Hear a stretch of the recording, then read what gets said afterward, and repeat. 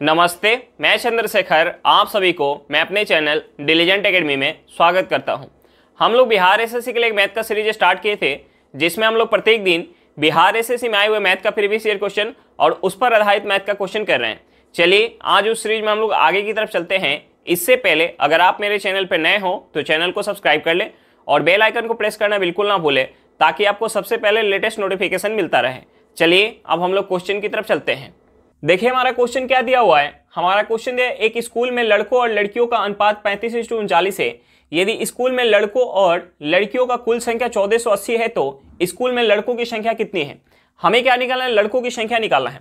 अब देखिए हमें क्वेश्चन में क्या दिया हुआ है, हमें क्वेश्चन में लड़कों और लड़कियों की संख्या का हमें अनुपात दिया हुआ है।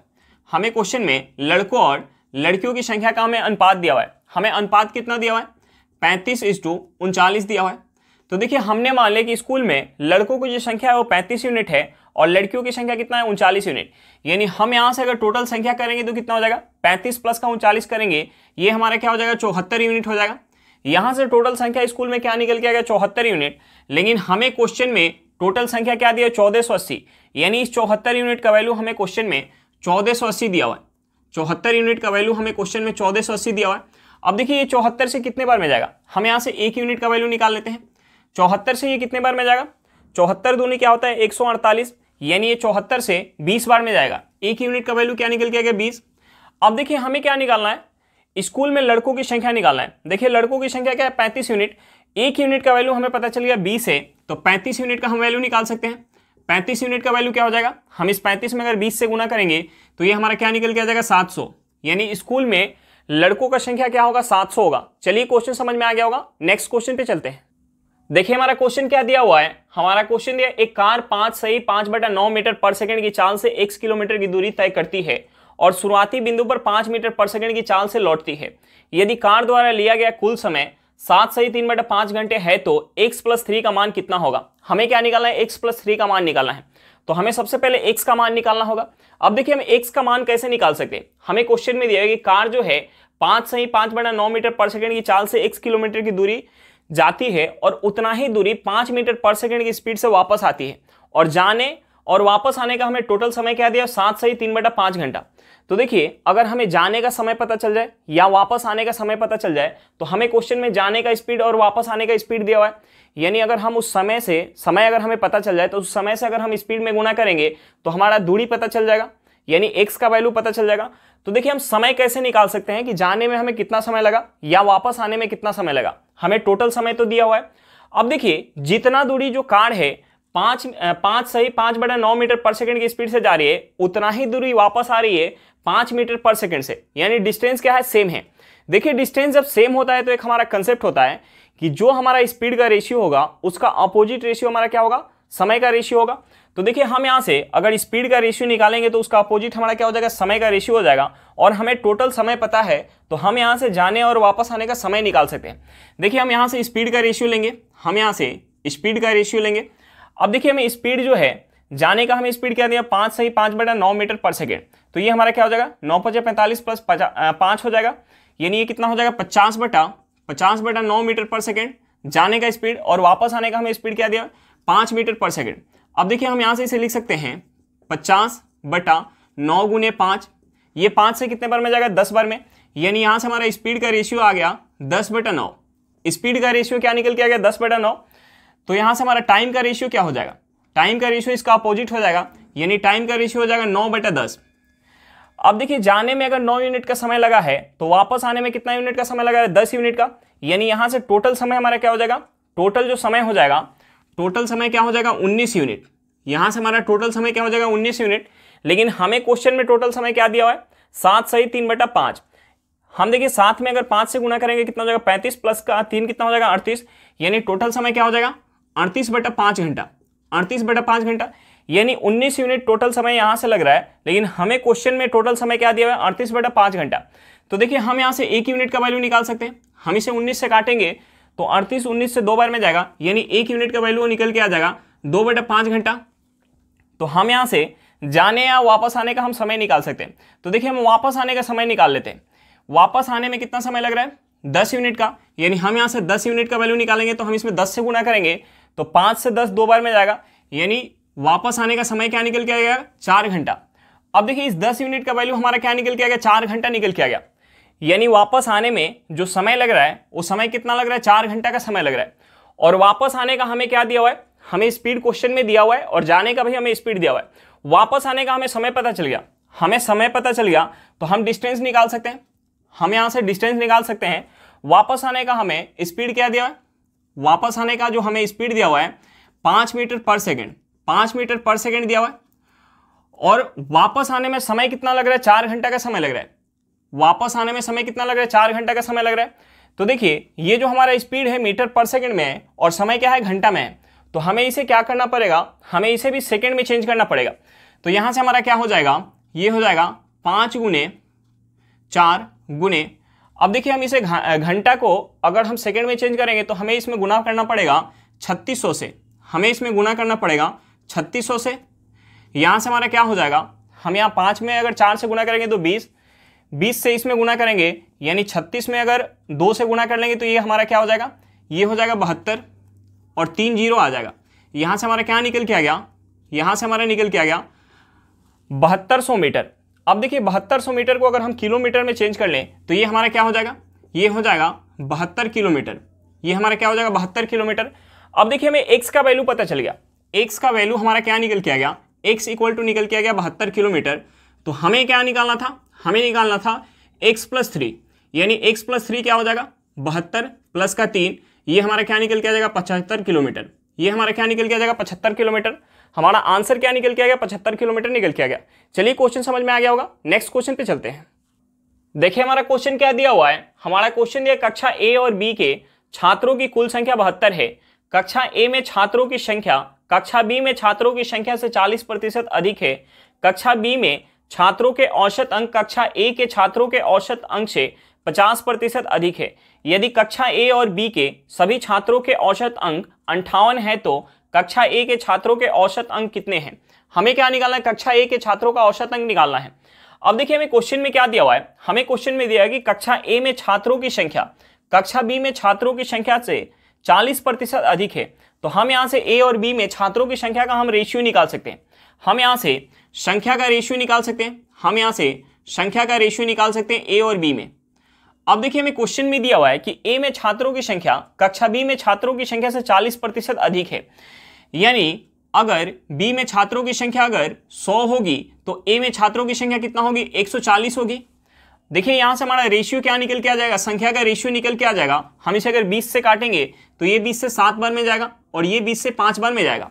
अब देखिए हमें क्वेश्चन में और आगे क्या दिया हुआ है, हमें क्वेश्चन में आगे दिया कि कक्षा बी में छात्रों के औसत अंक कक्षा ए के छात्रों के औसत अंक से 50% अधिक है। यानी अगर हम औसत अंक निकालें, हम जो है औसत अंक का अगर हम रेशियो निकालें, हम औसत अंक का रेशियो निकालें तो देखिए हमें क्वेश्चन में दिया है कि कक्षा बी के छात्रों का जो औसत अंक है कक्षा ए के छात्रों के औसत अंक से 50% ज़्यादा है। यानी अगर कक्षा ए के छात्रों का औसत अंक अगर 100 होगा तो बी के छात्रों का औसत अंक कितना होगा, 150 होगा। यहाँ से हमारा रेशियो क्या निकल के आ जाएगा, हम इसे अगर 50 से काटेंगे तो 100 2 बार में जाएगा और 150 जो है 3 बार में जाएगा। अब हमें क्वेश्चन में आगे दिया हुआ कि ए और बी के सभी छात्रों का औसत अंक दिया हुआ है। अब देखिए हमने मान लिया कि कक्षा ए में छात्रों की संख्या 7 यूनिट है और बी में छात्रों की संख्या 5 यूनिट है। कक्षा ए के छात्रों का औसत अंक 2 यूनिट है, कक्षा बी के छात्रों का औसत अंक 3 यूनिट है। तो देखिए अगर हम यहाँ से अगर पूरे कक्षा का अगर हम यहाँ से औसत अंक निकालें, पूरी कक्षा का अगर हम यहाँ से औसत अंक निकालें तो देखिए हमें जो है कक्षा ए के छात्रों का संख्या 7 यूनिट दिया है और कक्षा ए के छात्रों का औसत अंक 2 यूनिट दिया है। तो हम यहाँ से टोटल अंक निकाल सकते हैं कक्षा ए का। हम क्या करेंगे, इस 2 में यानी औसत में अगर हम संख्या से गुना करेंगे तो हमारा टोटल अंक निकल के आ जाएगा। प्लस हम क्या करेंगे, बी के अगर संख्या से अगर हम औसत में गुना करेंगे तो यहाँ से बी का हमारा टोटल अंक निकल के आ जाएगा। यानी हम गुना करेंगे 3 में 5 से गुना करेंगे, बटा हम क्या करेंगे दोनों के संख्या से भाग देंगे तो पूरे कक्षा का हमारा क्या निकल के आ जाएगा, औसत निकल के आ जाएगा। यहाँ हमारा क्या हो जाएगा 7 प्लस का 5 हो जाएगा। यहाँ से जो हमारा रेशियो निकल के आएगा, यहाँ से जो हमारा औसत निकल के आएगा, यहाँ से जो हमारा औसत निकल के आएगा वो औसत किसके बराबर होगा, 58 के बराबर। यहाँ से जो हमारा औसत निकल के आएगा वो किसके बराबर होगा, 58 के बराबर। अब देखिए हम यहाँ सॉल्व करेंगे, 7 में अगर 2 से गुना करेंगे कितना हो जाएगा 14, 14 प्लस का हमारा क्या हो जाएगा 3 में 5 से 15, 14 प्लस 15 क्या हो जाएगा हमारा 29 हो जाएगा। 29 बटा हमारा क्या हो जाएगा 7 + 5 क्या हो जाएगा 12, ये किसके बराबर हो जाएगा 29/12 यूनिट हो जाएगा 58 के बराबर। अब देखिए हम 29 से अगर 58 को काटेंगे तो कितने बार में जाएगा 2 बार में, यानी हम यहाँ से 1 यूनिट का वैल्यू निकाल सकते हैं। हम यहाँ क्रॉस गुना करेंगे और 29 से भाग देंगे तो यहाँ से 1 यूनिट का वैल्यू क्या निकल के आ जाएगा 24 निकल के आ जाएगा।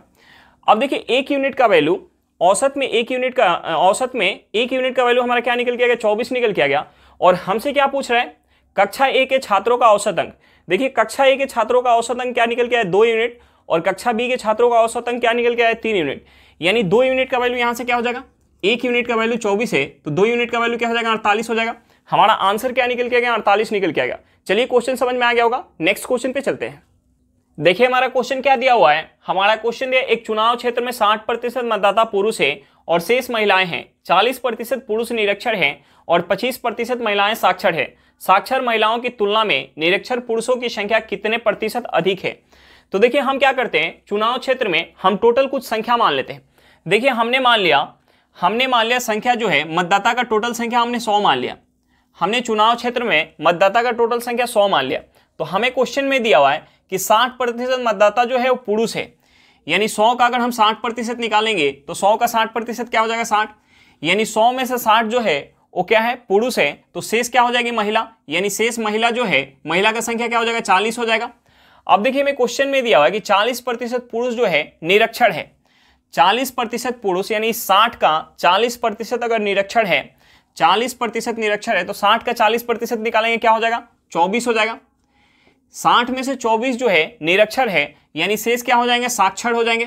तो साक्षर का संख्या क्या हो जाएगा, हम इस 60 में से 24 माइनस करेंगे, 60 में से 24 माइनस करेंगे ये क्या हो जाएगा 36, यानी 36 पुरुष क्या है साक्षर है। और हमें क्वेश्चन में आगे क्या दिया हुआ है कि 25% महिलाएं साक्षर हैं, 25% महिलाएं जो है साक्षर है, 25% महिलाएं क्या है साक्षर है। 25% को फ्रैक्शन में चेंज करेंगे वो हमारा क्या हो जाएगा 1/4, यानी 40 का 1/4 जो है साक्षर है, यानी साक्षर का संख्या क्या हो जाएगा 10 हो जाएगा। और निरक्षर का संख्या क्या हो जाएगा 40 में से 60 जो है साक्षर है तो निरक्षर कितना हो जाएगा 30 हो जाएगा। अब देखिए हमसे क्वेश्चन में क्या पूछ रहा है कि साक्षर महिला के तुलना में और हमसे क्या पूछ रहा है निरक्षर पुरुषों की संख्या।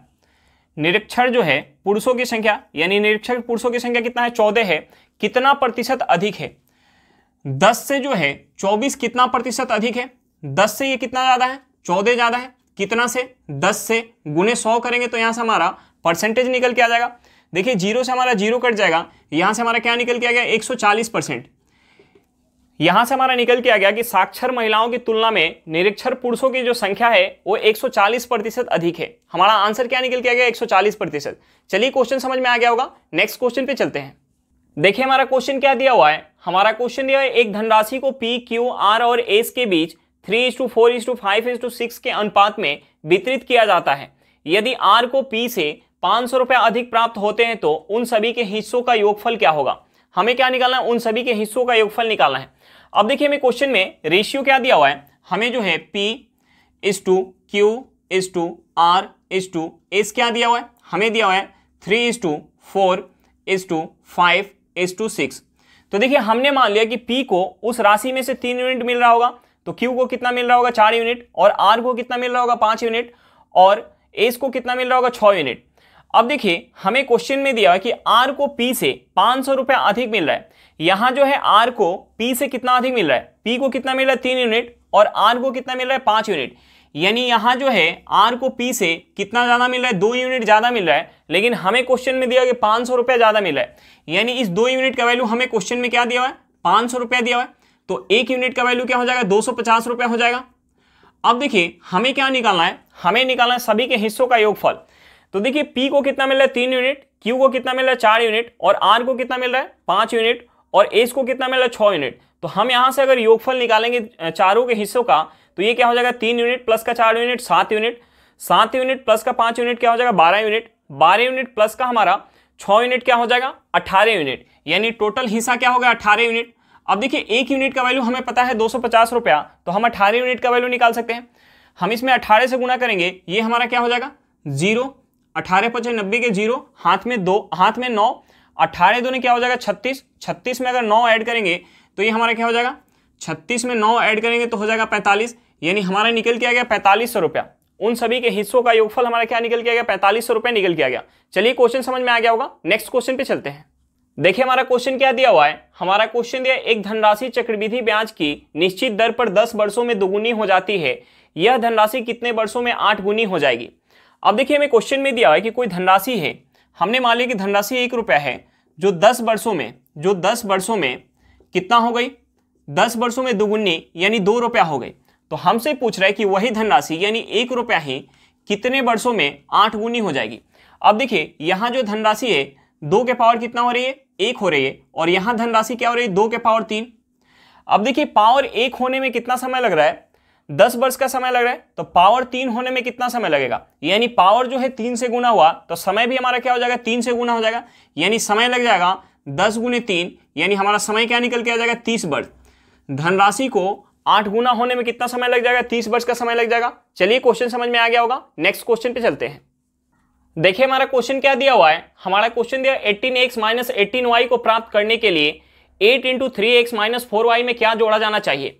तो देखिए हम यहां से क्या लिख सकते हैं, हमें जो है क्वेश्चन में दिया कि 8 × 3x - 4y में, यानी हम इसमें 8 से गुना कर लेते हैं पहले, यानी हम यहां से लिख सकते हैं 24x - 32y, 24x - 32y में हम क्या जोड़े ताकि हमें क्या प्राप्त हो जाए, 18x माइनस का 18y।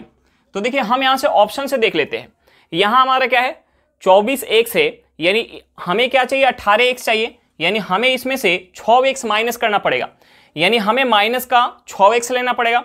माइनस का 6x देखिए किस में है, माइनस का 6x जो है केवल ऑप्शन सी में है, यानी हम माइनस का 6x लेंगे, 24x में से 6x माइनस करेंगे, हमारा क्या हो जाएगा, 18x हो जाएगा। यहाँ क्या है, माइनस का 32y है, और यहाँ क्या है, प्लस का 14y है, यानी माइनस के 32y प्लस का 14y करेंगे तो हमारा क्या हो जाएगा, माइनस का 18y हो जाएगा। यानी हमें कौन सा ऐड करना पड़ेगा, ऑप्शन नंबर सी, यानी 14y माइनस का 6x हमें ऐड करना पड़ेगा। चलिए क्वेश्चन समझ में आ गया होगा, नेक्स्ट क्वेश्चन पे चलते हैं। देखिए हमारा क्वेश्चन क्या दिया हुआ है, हमारा क्वेश्चन दिया यदि एक खुदरा व्यापारी अपने माल के चिन्हित कीमत पर 32% की छूट प्रदान करता है और इस तरह लागत मूल्य पर माल बेचता है, तो प्रतिशत चिन्हित क्या था। हमें क्या निकालना है, हमें निकालना है कि उसका जो अंकित मूल्य है उसके लागत मूल्य से कितना प्रतिशत अधिक अंकित है।